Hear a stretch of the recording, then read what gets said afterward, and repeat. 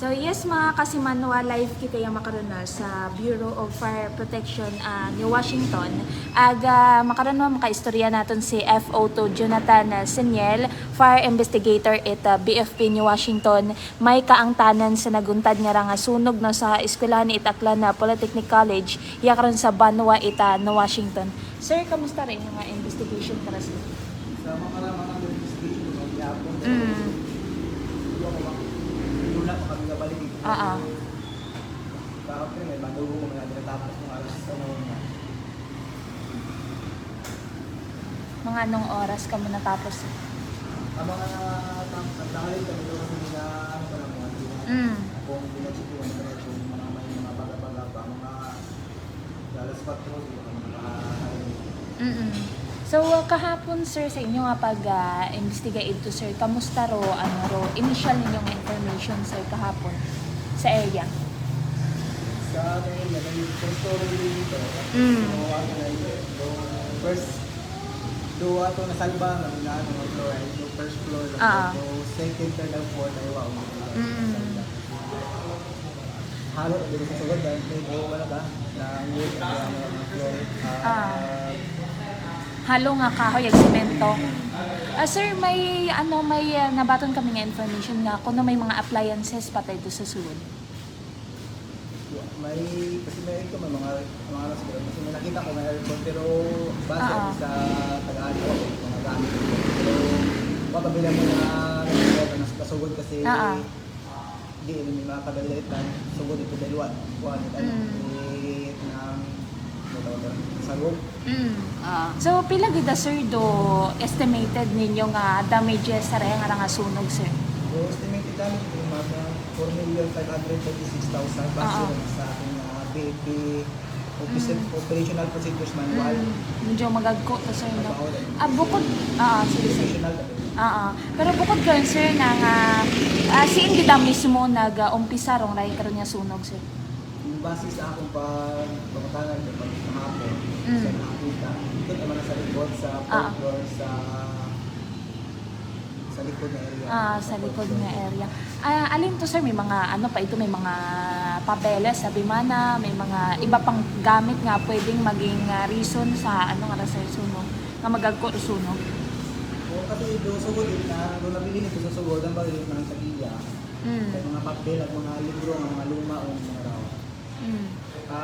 Siyempre kat mga kahoy, revision na dahil. So possible sir nga ratong area isa library bimana or office gid man ta imo. Kuan nga classroom, tapos may kwarto ko yung na pahuwayan ito go katalya ko.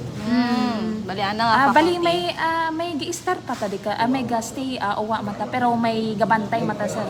May gabantay ko ito. Pero that time no gabantay ko sa pihang galipyo ko sanda.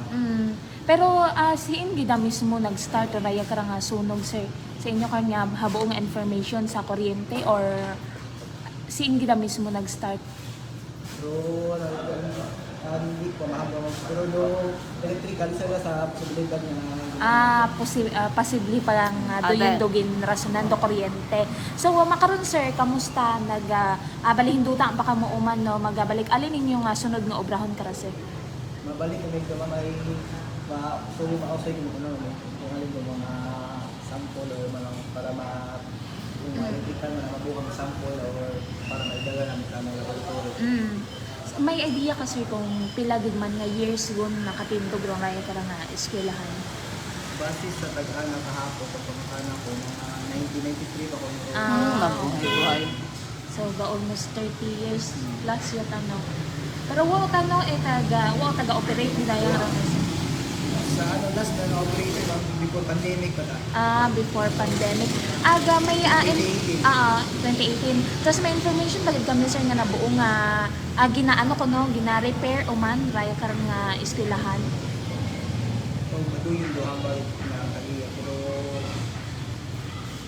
gina-repair mo ko. May plano i-repair. Okay. So wa mata sir no mga naninahan na bimana sa natabong ato nga sunod. Pero may una ko no sir nga BFP personnel nga alin mataturo rason sa anang ato nga nina sa nang dahing ato. Nakatiyat ko masagwa ko. Pag ano pala ito pagtaag ko. kapag ano, Pila nga ni nga alarm to, sir? second alarm kita mo. Sa aton nga viewers, sabi may una, sir nga, wa kita kasay kung alin the first alarm ag second alarm. Pwede nimo sir ma-explain ka mo kung kanda kung alin to yan, sir. Nag-praise be ang amon nga Barangay Commander base sa pagkasan sa among area. Hindi makayanan ni amon nga fire truck na Oo. sa Bilog ay Ah. agro area ang mabaho. Mm. Gusto rin ang yan. Mm. Ano na lang mag-raise mo second alarm Mm. para makapulig o ibang Ibang, tutubi at limited lang. Bali, alin gid mga pila ka mga BFP iya karon sa probinsya Aklan ro nag ano iya sir. Do Sa- naggulig. So kalipo, Mm. Pangaag, Numansyan. Mm. So anong oras ka mo nag-start ano sir sunog? Pero labato na magtawag iya sa Miser Namay, mga alauna 27. Tapos anong oras natapos? Nag-fire out sir.